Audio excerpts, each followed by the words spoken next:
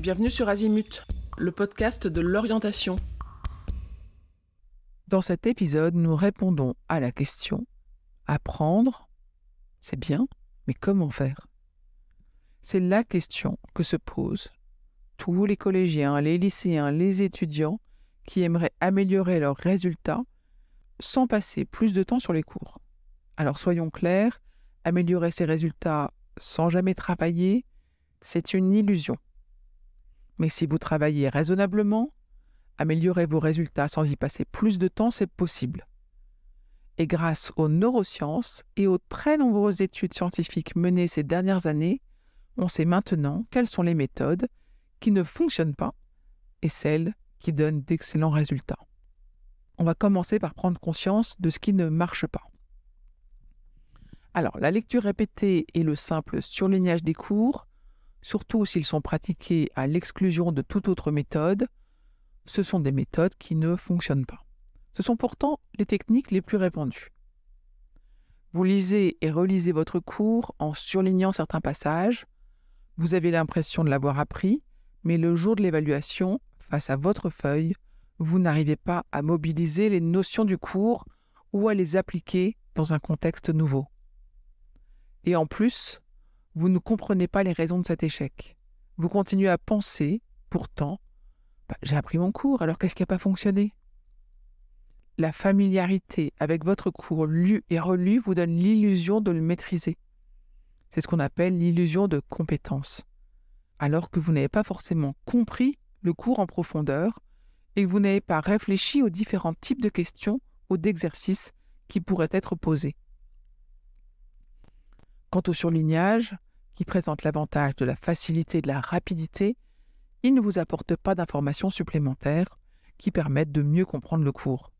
Parfois même, vous l'utilisez trop et vos notes de cours sont recouvertes de couleurs fluo, ce qui sature vos capacités d'attention.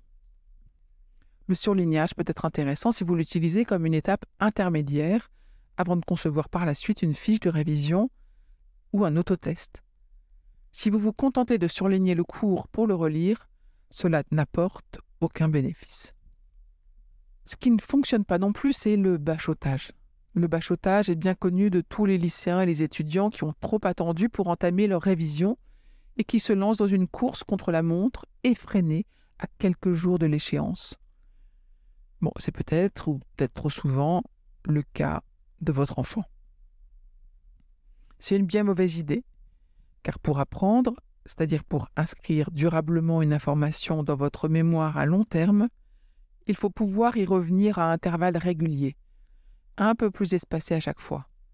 Cela demande du temps, et un cours qui n'a été vu qu'une seule ou deux fois est par conséquent oublié dès l'évaluation passée, et parfois même avant l'évaluation. Et c'est non seulement une perte de temps pour vous, puisque tout est à recommencer à chaque fois, mais de plus, cela rend difficile, voire impossible, les apprentissages suivants. En effet, pour acquérir de nouvelles connaissances, il faut que vous puissiez la relier à celles que vous avez déjà mémorisées. Voyons à présent les stratégies gagnantes à appliquer pour apprendre. Au contraire des techniques précédentes, la lecture répétée, le simple surlignage ou le bachotage, voici ce que les neurosciences vous conseillent pour apprendre vos cours et être efficace dans vos révisions. Première règle, testez-vous et posez-vous des questions. Le but est tout d'abord de remplacer la lecture passive des cours par une démarche active en vous posant des questions sur ce que vous êtes en train d'apprendre. Ensuite, il s'agit de vous tester. Pour cela, vous pouvez répondre à un quiz portant sur l'ensemble du cours. Alors, il y a des quiz qui sont disponibles en fin de chapitre du livre, par exemple, ou sur Internet. Il faut vous entraîner à résoudre des exercices, à refaire les activités vues en classe, à répondre à des questions types. Voilà plein de moyens de se tester. Une méthode particulièrement efficace est celle de la feuille blanche, qui consiste à noter sur une page blanche tout ce dont vous vous souvenez avant d'ouvrir votre cours. Toutes ces méthodes de testing sont efficaces non seulement parce qu'elles vous permettent d'évaluer ce que vous avez retenu, ou pas d'ailleurs, mais au moins vous le savez, mais aussi et surtout parce que l'effort de remémoration qu'elle vous demande freine le processus d'oubli. C'est la règle à retenir. S'il ne fallait en retenir qu'une, vous efforcez de vous souvenir et le faire régulièrement. Cela renforce les apprentissages et leur mémorisation. Deuxième règle, espacez vos séances d'entraînement. Cette technique relève de l'anti-bachotage. Elle consiste à étudier les mêmes informations plus d'une fois en laissant passer suffisamment de temps entre chaque séance de révision. L'idéal, pour retenir durablement votre cours, c'est de le revoir le soir même. Et oui, vous retiendrez mieux une information si vous la voyez ou vous l'entendez 2 fois dans la même journée. Puis le lendemain, avant d'y revenir au bout d'une semaine, puis de 2 semaines, et ainsi de suite, jusqu'à ce que vous la maîtrisiez complètement. N'oubliez pas, même quand vous la maîtrisez, de la reprendre de temps en temps. Cela permet de signaler à votre mémoire que cette information est encore utile et donc il faut qu'elle la conserve. Évidemment, pour mettre en œuvre cette méthode, il ne faut pas hésiter à faire un planning. C'est particulièrement nécessaire en période d'examen, lorsqu'il vous faut mémoriser de grandes quantités d'informations dans des matières différentes et donc vous organiser en conséquence en vous assurant de commencer vos révisions suffisamment tôt.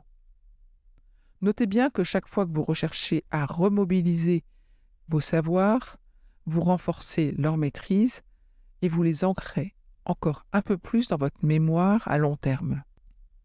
Et pour cela, nous vous recommandons d'alterner les matières et de varier les pratiques d'apprentissage. Au cours de la séance de travail, il est important d'alterner les matières, celles que vous aimez, celles que vous n'appréciez pas vraiment, et les méthodes. On passe d'un apprentissage par cœur de définition à la pratique d'exercice, puis à la rédaction d'un paragraphe, etc. En effet, cela vous permet de maintenir un haut niveau de concentration et d'éviter la monotonie et la lassitude qui vous guettent. Évidemment, c'est souvent plus compliqué à mettre en place que de dire que vous allez passer 1 heure ou 2 sur une seule matière. Cependant, c'est cette difficulté qui vous permet d'acquérir une plus grande agilité cognitive. Ainsi, vous réussirez plus facilement lors d'un examen si vous vous entraînez en alternant différents types de problèmes et de méthodes de résolution. La conclusion de toutes les études neuroscientifiques est que quelle que soit la méthode employée, les étudiants les plus performants sont ceux qui prennent en main leur apprentissage et s'astreignent à des méthodes de travail simples mais régulières. Alors, passez à l'action. N'acceptez plus de perdre votre temps, que ce soit votre énergie ou votre motivation ou vos chances d'ailleurs, avec des méthodes qui ne fonctionnent pas. Utilisez avec rigueur et régularité les méthodes simples présentées dans ce podcast et comme pour un sportif, c'est votre entraînement qui fera la différence le jour J. Je vous retiens quelques secondes de plus et je vous remercie pour votre fidélité et votre attention. J'avais 2 messages à vous faire passer. Vous écoutez peut-être ce podcast sur Apple Podcast ou sur Spotify ou sur une autre application de podcast et il est possible que vous ignoriez que le site azimut-podcast.com diffuse l'ensemble de ces épisodes en les ayant organisés et rangés de manière thématique. Ceux qui connaissent ce site sont vraiment contents de pouvoir y écouter sereinement chacun des épisodes et de pouvoir utiliser ce moteur de recherche. Deuxième message, sur ce même site, vous pourrez vous abonner à la newsletter. La newsletter, je l'ai surnommée l'hebdo de l'orientation. C'est une newsletter qui, comme son nom l'indique, est envoyée chaque semaine, le mardi pour l'instant. Et c'est dans cette newsletter que vous trouvez les indications des nouveaux épisodes, des guides que nous diffusons et de temps en temps, nous vous annonçons les masterclass, les ateliers, etc. que nous organisons. Bref, je vous conseille vivement de vous abonner à cette newsletter. À très vite et encore une fois, merci de votre fidélité avec Azimut. Parlons orientation.